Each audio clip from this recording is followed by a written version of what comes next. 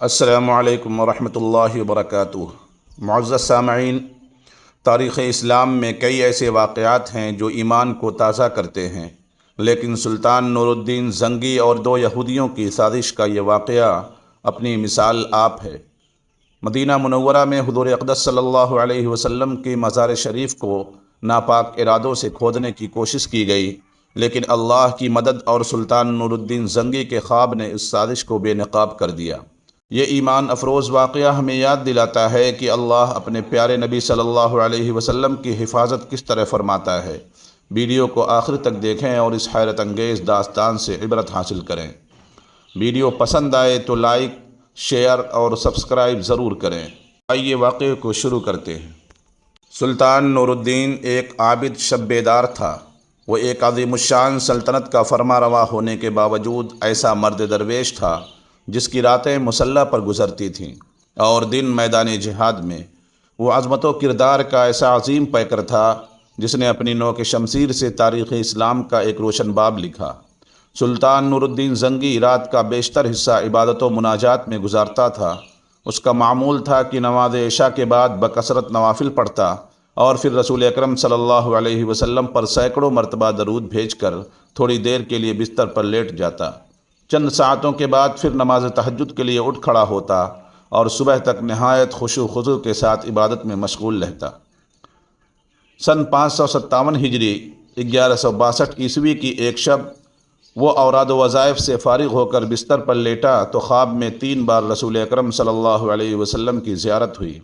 بعض روایتوں میں ہے کہ سلطان نے متواتر 3 رات حضور صلی اللہ علیہ وسلم کو خواب میں دیکھا۔ ہر مرتبہ 2 آدمیوں کی طرف اشارہ کرتے ہوئے حضور صلی اللہ علیہ وسلم نے فرمایا، نور الدین، یہ آدمی مجھے ستا رہے ہیں، ان کے شر کا استحصال کر۔ نور الدین یہ خواب دیکھ کر سخت مضطرب ہوا، بار بار استغفار پڑھتا اور رو رو کر کہتا، میرے آقا و میرے مولا، میرے جیتے جی کوئی ستائے یہ نہیں ہو سکتا۔ میری جان، مال، آل، اولاد سب آقا مدنی پر نثار ہے۔ خدا اس دن کے لیے نور الدین کو زندہ نہ رکھے کہ حضور صلی اللہ علیہ وسلم غلام کو یاد فرمائیں اور وہ دمشق میں آرام سے بیٹھا رہے۔ سلطان نور الدین بے چین ہو گیا اور اسے یقین ہو گیا کہ مدینہ منورہ میں ضرور کوئی ایسا ناشدنی واقعہ ہوا ہے جس سے سرور کونین کی روح اقدس کو تکلیف پہنچی ہے۔ خواب سے بیدار ہوتے ہی اس نے 20 آیان دولت کو ساتھ لیا اور بہت سا خزانہ گھوڑوں پر لدوا کر مدینہ منورہ کی طرف روانہ ہو گیا۔ اہل دمشق سلطان کے یکایک عازم سفر ہونے سے بہت حیران ہوئے، لیکن کسی کو معلوم نہ تھا کہ اصل بات کیا ہے۔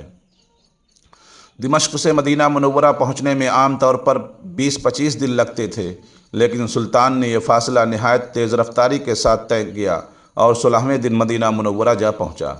اہل مدینہ اس کی اچانک آمد پر حیران رہ گئے۔ سلطان نے آتے ہی شہر میں آنے جانے کے دروازے بند کرا دیے، پھر منادی کرا دی کہ آج تمام اہل مدینہ اس کے ساتھ کھانا کھائیں۔ تمام اہل مدینہ نے نہایت خوشی سے سلطان کی دعوت قبول کی۔ اس طرح مدینہ منورہ کے تمام لوگ سلطان کی نظر سے گزر گئے، لیکن ان میں وہ آدمی نہیں تھے جن کی شکلیں اسے خواب میں دکھائی گئی تھیں۔ سلطان نے اکابر شہر سے پوچھا کہ کوئی ایسا شخص تو باقی نہیں رہا جو کسی وجہ سے دعوت میں شریک نہ ہو سکا ہو؟ انہوں نے عرض کیا کہ اہل مدینہ میں سے تو کوئی شخص ایسا نہیں رہا جو دعوت میں شریک نہ ہوا ہو، البتہ 2 خدا رسیدہ مغربی جو مدت سے یہاں مقیم ہیں نہیں آئے۔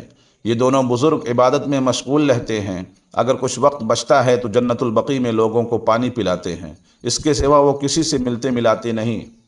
سلطان نے حکم دیا کہ ان دونوں کو بھی ضرور یہاں لاؤ۔ جب وہ دونوں سلطان کے سامنے حاضر کیے گئے تو اس نے ایک نظر میں پہچان لیا کہ یہ وہی 2 آدمی ہیں جو اسے خواب میں دکھائے گئے تھے۔ انہیں دیکھ کر سلطان کا خون کھول اٹھا، لیکن تحقیق حال ضروری تھی کیونکہ ان کا لباس زاہدانہ اور شکل و صورت مومنوں کی تھی۔ سلطان نے ان دونوں سے پوچھا کہ تم دونوں یہاں کہاں رہتے ہو؟ انہوں نے بتایا کہ روضہ اقدس کے قریب ایک مکان کرایہ پر لے رکھا ہے اور اسی میں ہر وقت ذکر الہی میں مشغول رہتے ہیں۔ سلطان نے ان دونوں کو وہیں اپنے آدمیوں کی نگرانی میں چھوڑا اور خود اکابر شہر کے ہمراہ اس مکان میں جا پہنچا۔ یہ ایک چھوٹا سا مکان تھا جس میں نہایت مختصر سامان مکینوں کی زاہدانہ زندگی کی شہادت دے رہا تھا۔ اہل شہر ان دونوں کی تعریف میں رطب اللسان تھے اور بظاہر کوئی چیز قابل اعتراض نظر نہیں آتی تھی، لیکن سلطان کا دل مطمئن نہیں تھا۔ اس نے مکان کا فرش ٹھونک بجا کر دیکھنا شروع کیا۔ یکایک سلطان کو ایک چٹائی کے نیچے فرش ہلتا ہوا محسوس ہوا۔ چٹائی ہٹا کر دیکھا تو ایک چوڑی سل تھی۔ اسے سرکایا گیا تو ایک خوفناک انکشاف ہوا۔ یہ ایک سرنگ تھی جو روضہ اقدس کی طرف جاتی تھی۔ سلطان سارا معاملہ آنن فانن سمجھ گیا اور بے اختیار اس کے منہ سے صدق اللہ و صدق رسولہ النبی الکریم نکلا۔ سادہ مزاج اہل مدینہ بھی ان بھیڑ نما بھیڑیوں کی یہ حرکت دیکھ کر ششدر رہ گئے۔ سلطان اب قہر و جلال کی مجسم تصویر بن گیا اور اس نے دونوں ملعونوں کو پابند زنجیر کر کے اپنے سامنے لانے کا حکم دیا۔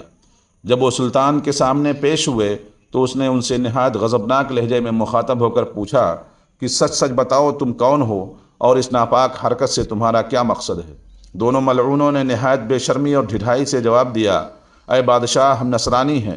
بعض روایتوں میں ہے کہ یہ دونوں یہودی تھے اور اپنی قوم کی طرف سے تمہارے پیغمبر کی لاش چرانے پر مامور ہوئے ہیں۔ ہمارے نزدیک اس سے بڑھ کر اور کوئی کار ثواب نہیں ہے، لیکن افسوس کہ عین اس وقت جب ہمارا کام بہت تھوڑا باقی رہ گیا تھا تم نے ہمیں گرفتار کر لیا۔ ایک روایت یہ ہے کہ یہ سرنگ حضرت عمر کے جسد مبارک تک پہنچ چکی تھی، یہاں تک کہ ان کا ایک پاؤں ننگا ہو گیا تھا۔ سلطان کا پیمانہ صبر سے لبریز ہو گیا۔ اس نے تلوار کھینچ کر ان دونوں بدبختوں کی گردنیں اڑا دیں اور ان کی لاشیں بھڑکتی ہوئی آگ کے الاؤ میں ڈلوا دیں۔ یہ کام انجام دے کر سلطان پر رقت طاری ہو گئی اور شدت گریہ سے اس کی ہچکی بندھ گئی۔ وہ مدینہ منورہ کی گلیوں میں روتا گھومتا اور کہتا تھا، زہ نصیب کی اس خدمت کے لیے حضور نے اس کا انتخاب فرمایا۔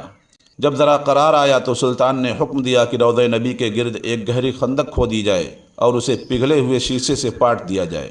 سلطان کے حکم کی تعمیل میں روضہ اطہر کے چاروں طرف اتنی گہری خندق کھودی گئی کہ زمین سے پانی نکل آیا۔ اس کے بعد اس میں سیسہ بھر دیا تاکہ زمانہ کی دست برد سے ہر طرح محفوظ رہے۔ یہ سیسے کی دیوار روضہ اقدس کے گرد آج بھی موجود ہے اور انشاءاللہ ابد تک قائم رہے گی۔ آج بھی اہل مدینہ سلطان نور الدین کا نام نہایت محبت اور احترام سے لیتے ہیں اور ان کا شمار ان نفوس قدسی میں کرتے ہیں جن پر سید البشر نے خود اعتماد کا اظہار فرمایا اور ان کے محب رسول ہونے کی تصدیق فرمائی۔ یہ رتبہ بلند ملا جس کو مل گیا۔ معزز سامعین، اللہ کی محبت کی طرح اللہ کے نبی کی محبت بھی ایک عظیم دولت ہے۔ عشق رسالت جسے مل گیا وہ دنیا و آخرت میں کامیاب ہو گیا۔ ہمیں بھی چاہیے کہ اپنے دل میں دنیا کی ہر چیز سے زیادہ اپنے اللہ کی محبت رکھیں۔ آمین یا رب العالمین۔